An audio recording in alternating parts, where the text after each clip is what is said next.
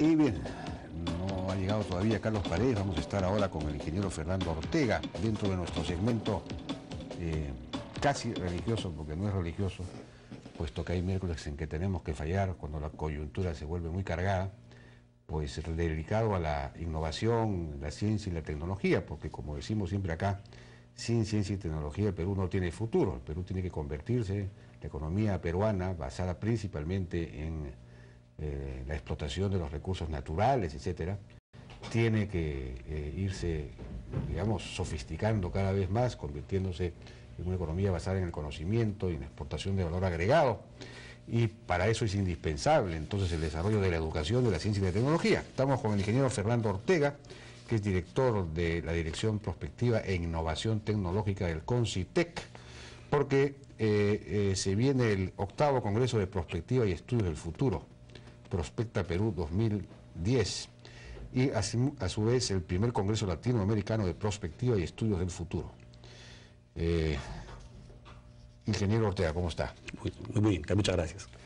Bueno, dígame, en primer lugar, ¿qué cosa es la prospectiva? Explíquenos. Bueno, la prospectiva es, en términos muy simples, una nueva disciplina del campo de las ciencias sociales. Nueva porque su marco conceptual se desarrolla a partir del año 58, que estudia el futuro para comprenderlo y poder influir sobre él. Es una definición bastante simple.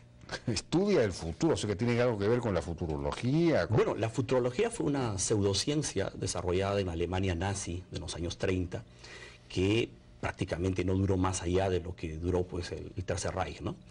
En cambio, nosotros nos autodenominamos futuristas, o sea, los que estudiamos el futuro, ¿no? Y utilizamos el método científico porque estamos hablando de una disciplina científica con todo el rigor de la ciencia, ¿no? ¿Estudian las tendencias? Analizamos las tendencias, analizamos especialmente también los hechos portadores de futuro, ¿no?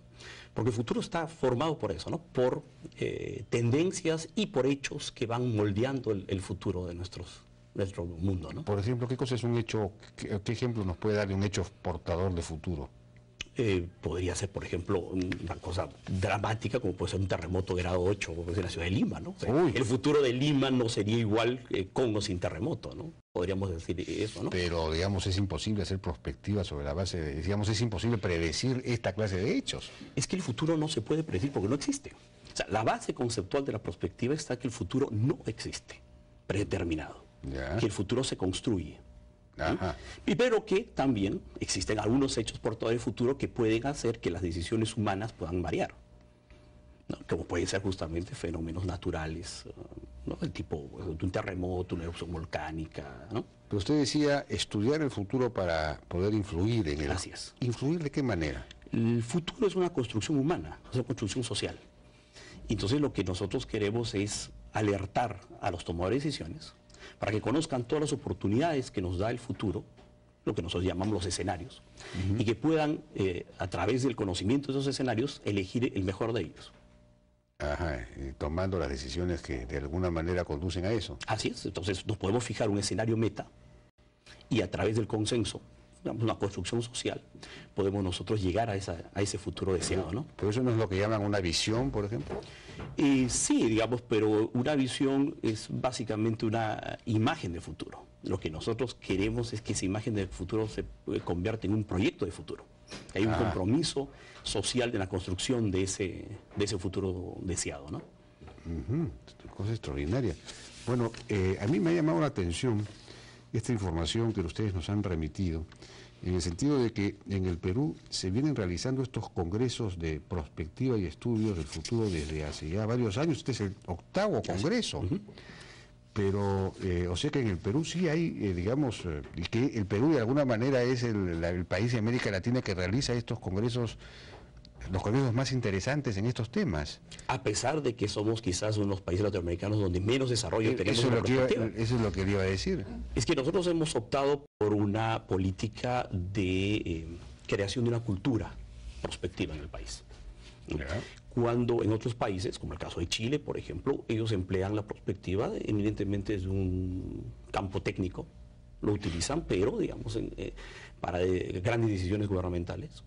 En cambio, otros países, como el caso de Colombia, también pelean, digamos, luchan por tener una cultura prospectiva, que la prospectiva se difunda a nivel de toda la sociedad, ¿no? Para que el ciudadano comprenda que es actor activo muy importante de la construcción del futuro, ¿no? Pero en el Perú efectivamente es una tarea que no está presente, ¿no? Por ejemplo, en el Estado muy poco se ha creado hace poco el CEPLAN. No sé si ese plan está dentro de esa perspectiva o no. Bueno, la ley de ese plan señala que el planeamiento del país tiene que ser un planeamiento prospectivo. Está así en la ley. Así está en la ley. ¿Y eso lo hace ese plan? Bueno, lo están tratando de hacer, lo están intentando. O sea, yo creo que el esfuerzo que están haciendo en estos momentos para tener un plan con una visión al 2021 es un esfuerzo enorme, ¿no? O sea, no se puede construir, digamos, una visión de futuro pues de la noche a la mañana, ¿no? Esto tiene que calar. Y Prospecta justamente colabora con eso, ¿no? Colabora con difundir las técnicas, las herramientas, las experiencias exitosas de otros países en el uso de la prospectiva.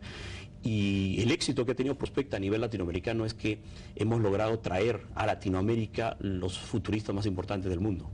Y se han congregado en el Perú, principalmente porque muchos de ellos tienen una afición. El prospectivista, el futurista, es un hombre que ama mucho la historia.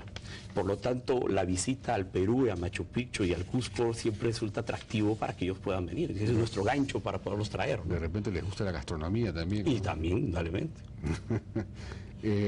Bueno, ¿y quiénes están viniendo? Veo que hay una lista acá importante de personalidades que vienen a participar. No sé si usted pueda... Sí, bueno, los principales ponentes de este año están el doctor Oscar Zaritas de la Universidad de Manchester, en Inglaterra, que es un experto en vincular justamente prospectiva con innovación.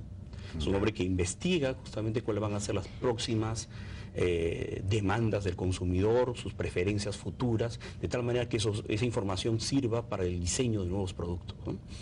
Está la ingeniera Teresia Ronson del Instituto de Investigación Agropecuaria de Francia, que viene a presentar por primera vez fuera de Europa un estudio importantísimo que han hecho sobre la agricultura y la alimentación en el año 2050.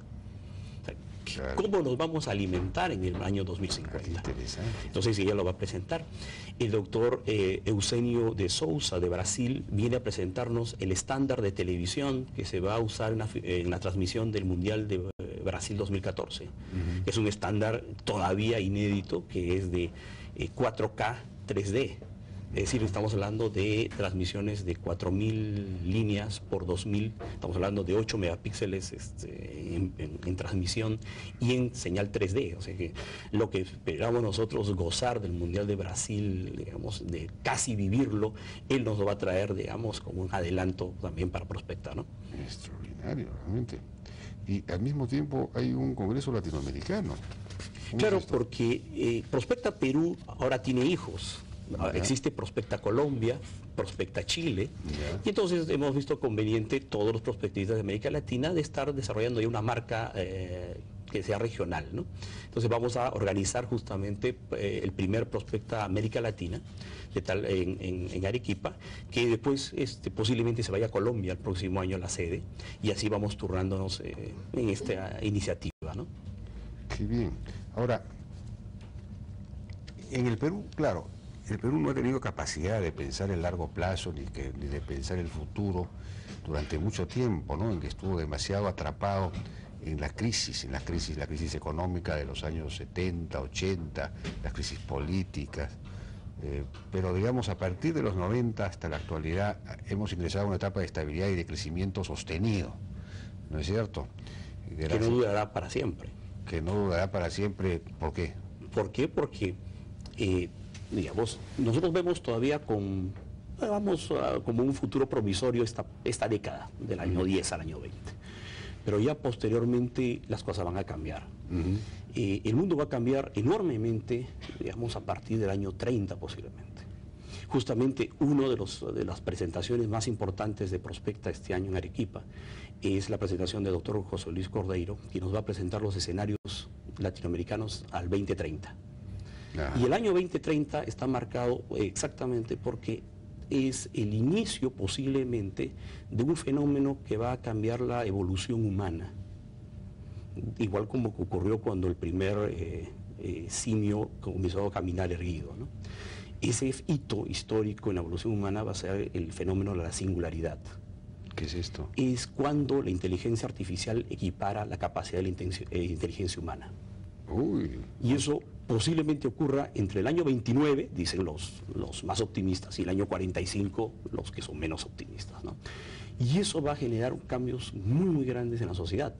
No solamente la parte tecnológica, sino también el tema social, económico, los valores.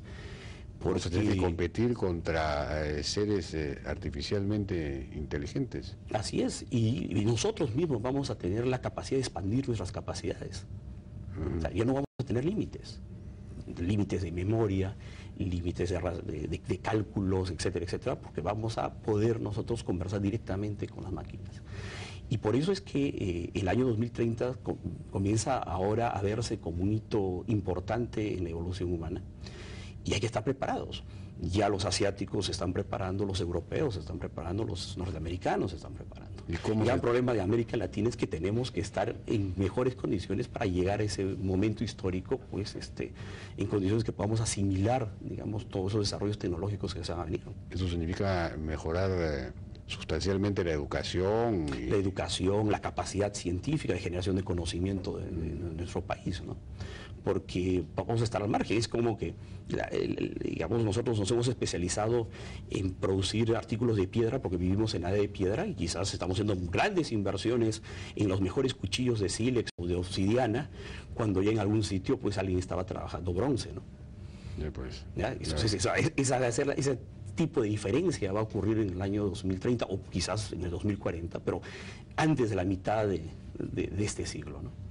Extraordinario. Bueno, entonces efectivamente, por eso nosotros nos estamos adelantando y tenemos este segmento todos los miércoles dedicado a estos temas, porque hay que efectivamente pensar cómo nos organizamos para generar una capacidad de innovación, de desarrollo científico y tecnológico mucho mayor que la que hemos tenido, que la que tenemos, que es muy, muy pequeña, ¿no? Es bastante limitada, ¿no? Entonces, una gran preocupación que tenemos nosotros en el CONCITEC es justamente tratar de que podamos dar este salto, ¿no? Con las limitaciones de recursos que tenemos nosotros como entidad del Estado, ¿no? Bueno, lo felicito pues por esta por la organización de este evento Prospecta Perú 2010, que va a ser ¿cuándo exactamente? 16 y 17 de septiembre, la próxima semana, jueves y viernes, en Arequipa, en la Universidad Católica Santa María. Muy bien. Fue entonces el ingeniero Fernando Ortega.